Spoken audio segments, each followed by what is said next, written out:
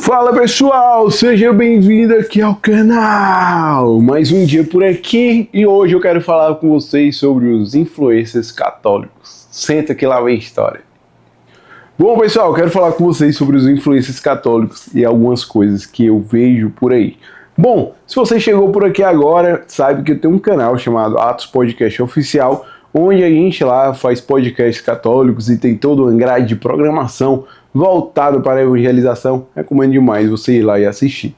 Bom, e com esse canal eu pude conhecer bastante gente do meio católico e algumas coisas que eu queria conversar com vocês aqui. Lembrando que eu não vou mencionar nomes nem falar nada, porque enfim não há necessidade disso. Mas uma coisa que eu acho muito peculiar nos influencers católicos é o seguinte. Bom, a posição de influência católica ela é um tanto quanto ingrata, não é mesmo? Por quê? Porque muita gente vai querer vender produtos e coisas relacionadas ali ao meio católico e isso é um tanto quanto perigoso. Por quê? Porque a profissão influência católica ela não existe. Nem a profissão pregador católico também não existe. Nem a profissão cantor católico também não existe. Nada disso deveria existir. Basicamente o que existem são leigos tentando de alguma forma contribuir para o reino de Deus ali, ou contribuir para, sei lá, para a própria vida ali, que é a forma que ele achou ali para ganhar o seu sustento. E aí aqui mora o primeiro problema, quando a gente mistura a evangelização com o sustento da casa.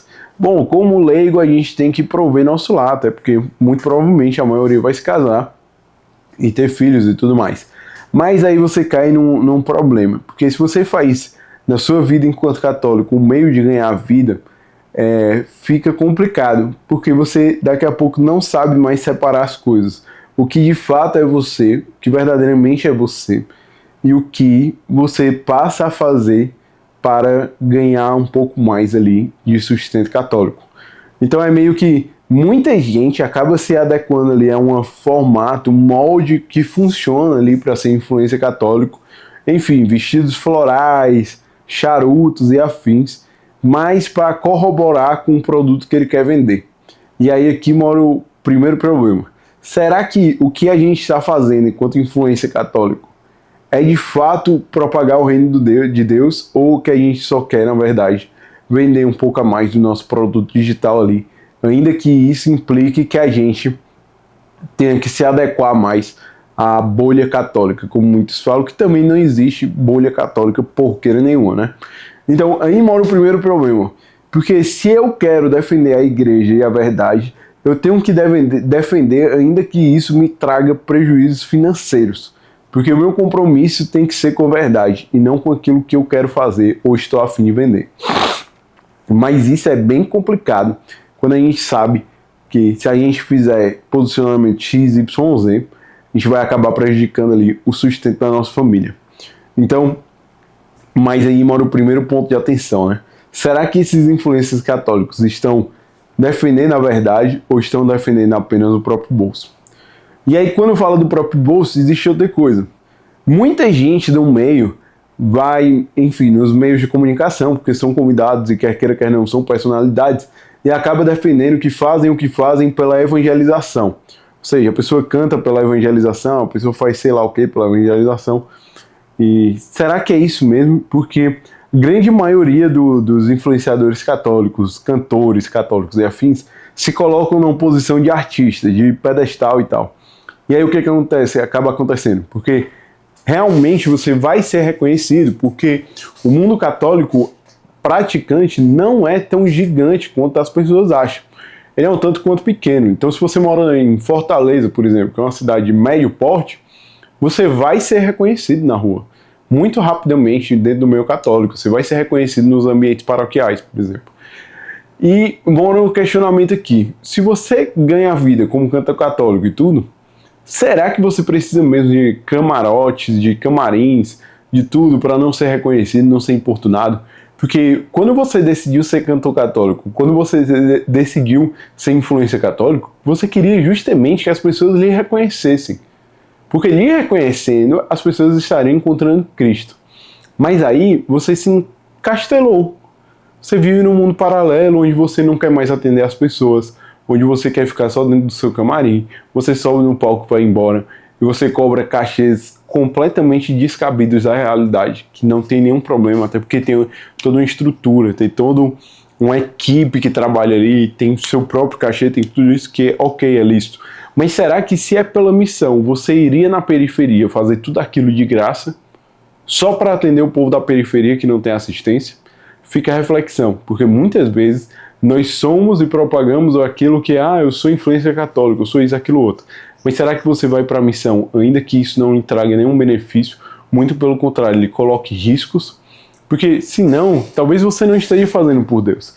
Talvez você esteja fazendo por seu próprio mérito, porque você gosta de ser reconhecido, porque você gosta das pessoas falando como você é bom. E aí aqui mora um outro perigo. Você que é influência católico, se você se encastelar, você está ferrado. Por quê? Porque você sabe o que acontece. Quando você começa a se tornar uma pessoa pública, os padres sabem quem você é. A igreja sabe quem você é. E aí tem um problema. Você peca, você erra. Eu erro também. Mas a gente tem que fazer o quê? Ir para a fila da confissão. E aí você vai na fila da confissão daquele padre que ele conhece, que vai olhar para você e saber que você faz exatamente o que você faz na internet.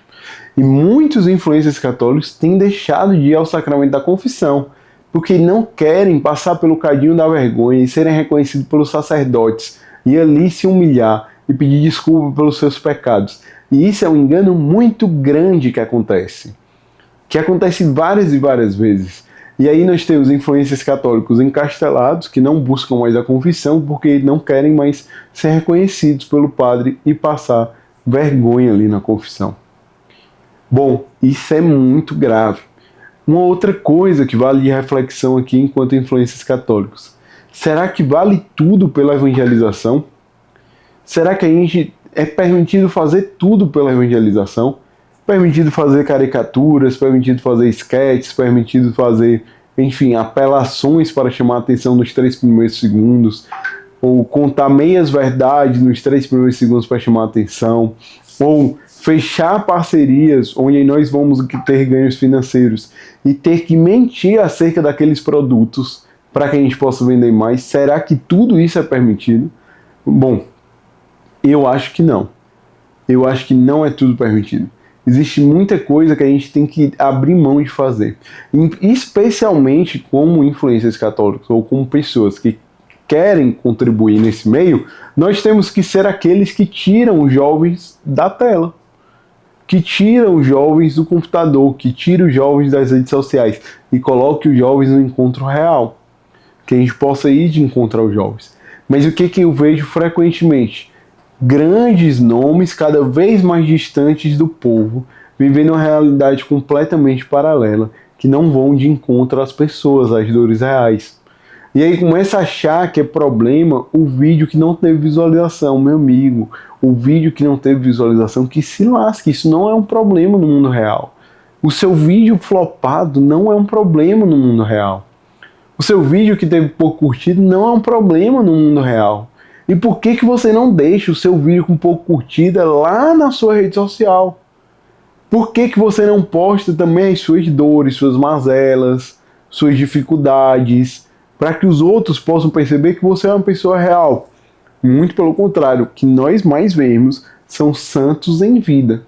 As pessoas que já são canonizadas em vida não erram, não tropeçam, não fracassam, não compartilham suas dores. Muito pelo contrário, então estão todo o tempo disponíveis para dizer aquilo que você, que eu ou que qualquer outra pessoa deve fazer, a forma como você, que eu e qualquer outra pessoa deve se vestir, a forma como você e eu e qualquer outra pessoa deve se portar.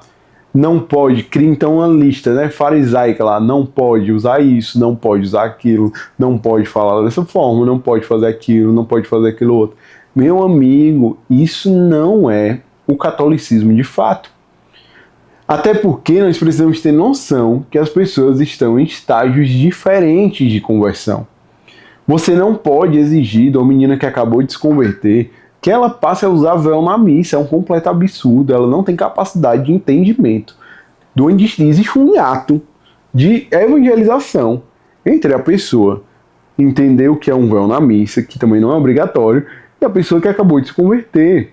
Existe um hiato de evangelização e de achar que toda mulher tem que ser casada, deve usar vestido floral, cuidar do lar e não reclamar da vida. Isso não é o mundo real. A gente precisa entender um pouco mais do mundo real, até para que a gente possa conversar com as pessoas como pessoas normais. O grande problema é que o mundo católico tem se desconectado do mundo real graças a essa péssima influência católica que vem acontecendo dia a dia. Então, se você quer um conselho de coração de quem está há 3 anos nisso, não siga influenciadores católicos e nem siga tantos perfis católicos assim. Frequente os sacramentos, frequente a Santa Missa, frequente uma boa paróquia, frequente um bom diretor espiritual, que isso vai fazer muito mais por você do que ficar imerso nesse mundo católico.